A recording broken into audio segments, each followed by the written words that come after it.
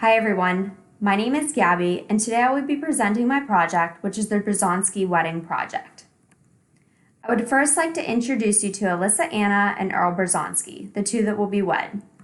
Alyssa and I have been best friends for over 20 years now, and I am lucky enough to be the maid of honor in their special day. So Alyssa and Earl actually met in church.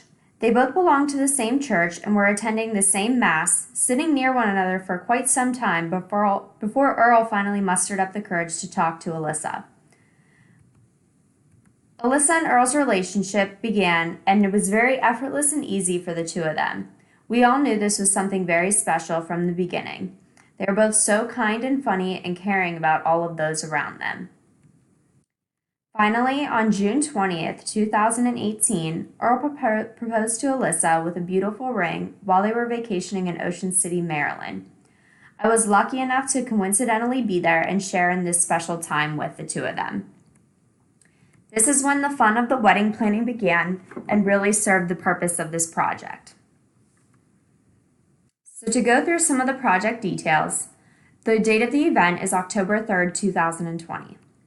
The location of this is in Carrolltown, Pennsylvania. The size to accommodate this project is around 400 guests and a budget of $45,000.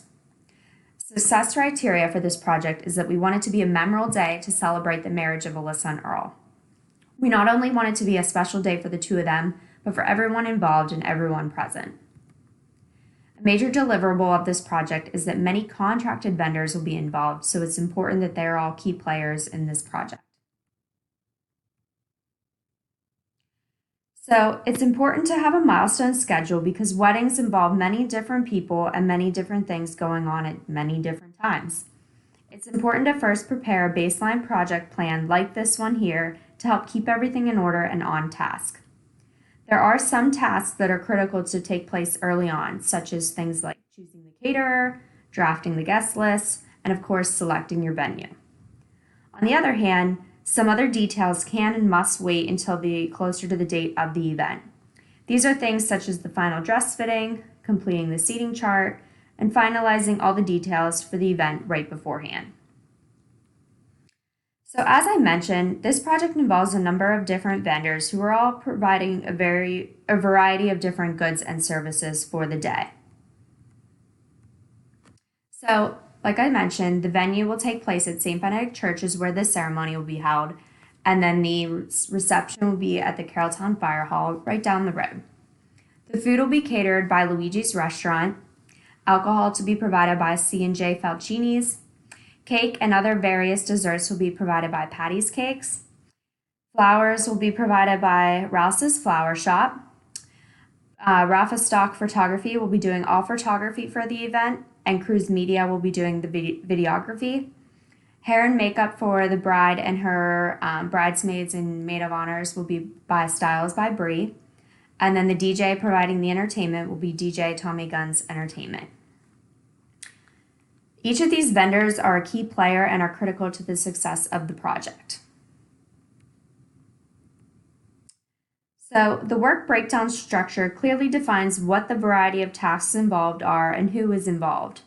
As you can see, most of the tasks involved have the bride as the primary player. This is honestly no surprise for a wedding, as it is the bride's day after all. But it's also clear to see that all the tasks are blended across the wedding party and the vendors so that proper communication and teamwork is super critical to make sure everything gets done correctly, efficiently, and in a timely manner as well.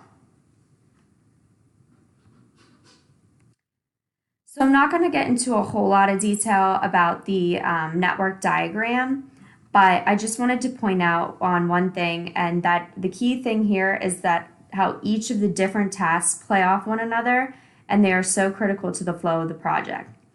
As you can see, some tasks are more involved than others, but it's very clear here that all the tasks involved are super important.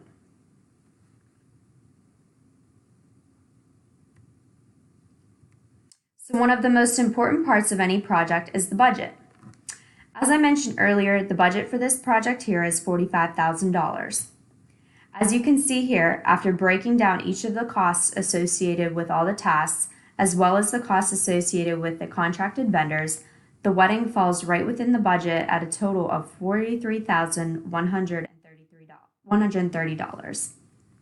However, I will mention that this does not include any unexpected or last-minute expenses. Projects are inevitable to go through changes if and when necessary, so it's definitely important to include a little bit of a buffer in case some unexpected costs arise. Having this final project budgeted at $43,130 should definitely allow for enough wiggle room in case some unexpected costs in the project that happen as the project progresses. Finally, it's very important to consider any and all risks that could take place. As I mentioned, some changes may need to take place or even some unforeseen circumstances may come up. So the best way to handle these is to consider them and address them as early on as possible. It's also very helpful to communicate plans for if and when a risk should arise and how it should be handled. So here in this graph, I detailed out some common risks that could take place when it comes to wedding projects. So if you look, for example, being that this wedding is in October and we live in Western PA, it's definitely very possible that we could experience some bad weather on the day of the event. The impact on this risk is that some guests may be concerned about traveling and end up not making it to the event. While there's not really much that one can do in this case, it's still important to consider it and realize that not all guests may attend. This actually would be a good risk to consider before even selecting the date and could possibly be one of the factors in how someone would choose their wedding date. Another example I brought up was contaminated food. So as I mentioned, Luigi's Restaurant is catering and they'll be feeding around 400 some people. So having a risk like this is definitely something that could be possible and something to consider. As I mentioned, any of these risks, it's important to recognize them from the beginning and be able to have a response plan to them. So in this case, the response plan would be that the fire hall where the reception is taking place would have a backup plan and backup food in case this should happen.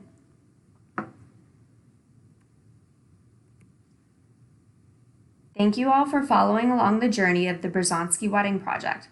With all of the details and plans in place, I do feel like this wedding will be one special and memorable day for all. Thank you.